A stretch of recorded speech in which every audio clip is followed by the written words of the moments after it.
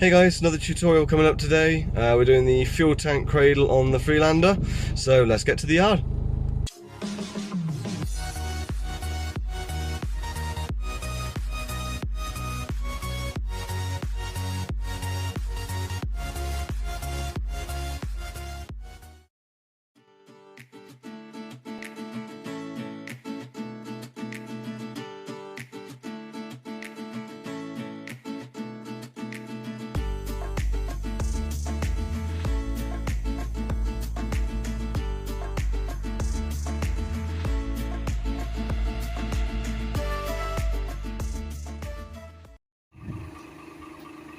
How to lift a Land Rover the proper way.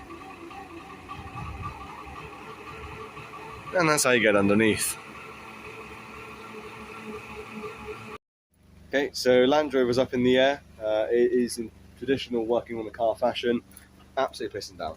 However, luckily we're underneath the car, lift up on this forklift. So, this is what we're replacing today. I don't think I can switch the camera around, so I'll do my best. That one there. So we've got this fuel tank cradle. As you can see, it is rusted to high hell. It's got holes in it. Wouldn't pass the MOT that's coming up very soon. So I was going to fit a fuel tank cradle. Upon looking at it, it's just a bit too much work for the time I've got today. So what I'm going to do is I'm going to be basically taking the bars that I've got from the fuel tank cradle off of the cradle and fitting just the bars. So we're going to basically remove all of this stuff off the new one that I've got and just fit 2 bars to it. Basically, it will do exactly the same thing. You don't really 100% need those on there, so it should be fine. So the first step is going to be removing all of those bolts and getting that one down. Probably going to just cut it out in pieces. I'm going to keep the plating from the old one just in case I do ever use it again. But what you've got on this fuel tank, so yeah, to flip the camera around, so what you've got here, so the forklifter arm gets in the way here, is you've got one bolt up in here. So this is the front. So if I look at it from the back of the car now, you've got the prop here, you've got the exhaust that comes back. This is your subframey bit. Coming in to the front, what will be at the front of the car, I suppose, you've got one bolt up in there, and then you've got another one that you come further back, and you're looking from the subframe bit, and you've got the rear of it up here. Same on the other side. You come in here, you've got one bolt here, which is sort of just off the exhaust section here. Up in here, comes to this one, and then one up in through there. And what we're going to do is, like I say, we're just going to replace these bars and just keep the fuel tank up in there. So let's get on with it.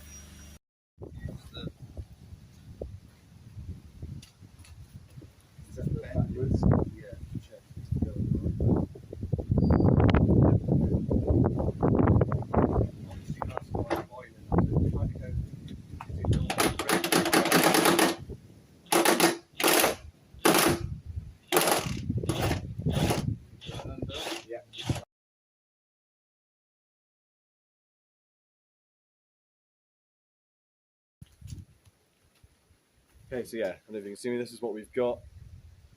So these did have the plates on them, we've just taken them off. It's just going to be so much easier just to fit these as they are. Like I say, I've still coated them. It's going to be a few exposed pieces of metal now, but they're going to be up against the tank, so it shouldn't be too bad. But yeah, this is all going to be fit into it. So these are going to be the ones that kind of up in here. I'll show you as they go on.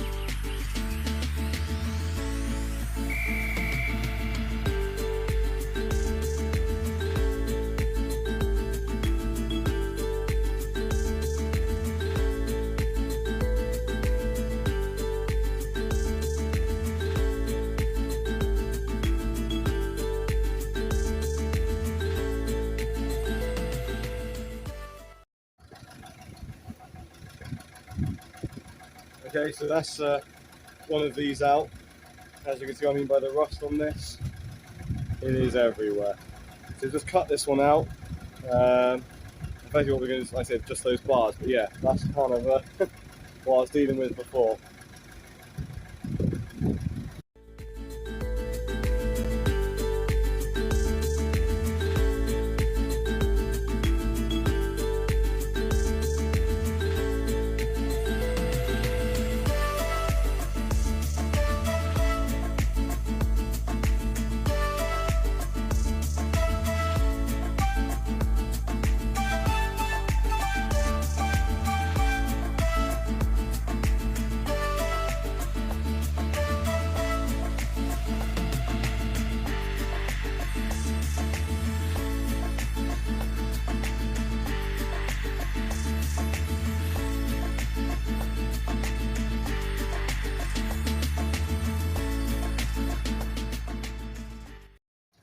Okay, so just so you can see what we've done. So this is the new bar on there. So we cut off all that plate, so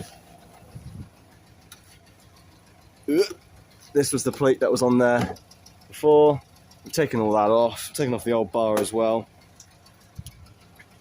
Goes up into there, up and around in here and up into there. Wasn't too bad getting it back on, I must admit. It's much easier to stick into the bars. You've still got the plastic plate on there. You could always weld something onto here to give it the protection if you want that. I think it'd be a much easier job than doing the fuel tank cradle, which is why we've decided to do it this way. And at a later date, I'll probably just tack something onto here, away from the fuel tank, just as a bit of extra protection maybe. I don't know if I mentioned before, but these bolts are 15mm, so 1.5. That's what I've got on mine. Where is he? There he is, up in there. So that is the first one done. So this is the other one. Let's crack on with that one.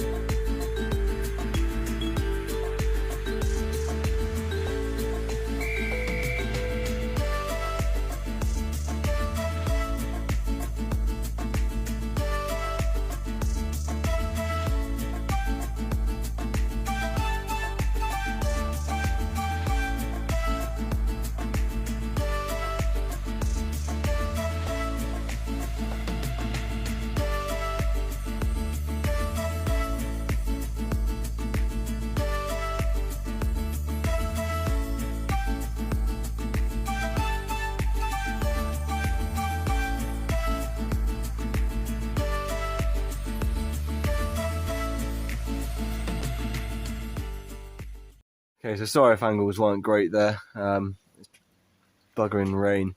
So both of them are back up in. So luckily I managed to use original bolts. So that's up in there. And that one up in there. Managed to keep the heat shield on. Same as I kept the protective plate, well, the plastic there. Same as again up in there. So this is what the tank straps look like. So I guess it's tank straps now rather than tank cradle. Pretty much doing well, they are doing exactly the same thing. The tank is up there nice and firm.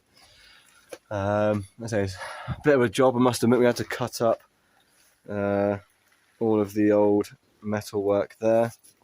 And there's one of the arm bits of it there. It is a bit of a pain getting it out, I must admit, so be ready for that. But when you're actually putting these back in, it's not too difficult. To make sure you bring a couple of crowbars, things like that, prying things around, and you can get in there pretty easy. Okay, so that's everything done. Probably not the most interesting video I've done, but hopefully it's helpful for some people. I know these fuel tank straps can be a bit of a pain. People often ask how they're done, so I'm hoping that helps at least a little bit, shows what the processes that's involved. It is quite a bit of a job. If you've got a cradle in there at the time, it's a bit of a bugger to get it out. But those straps, getting them in, they weren't too difficult. They were quite easy to get back in. It just needed a bit of patience, really, and just sitting back and having a look, getting to the right angle and pushing them up in. So other than that, yeah, hopefully I'll pass the MOT Monday now that I've got that ready for it. Other than that, yeah, see you next time.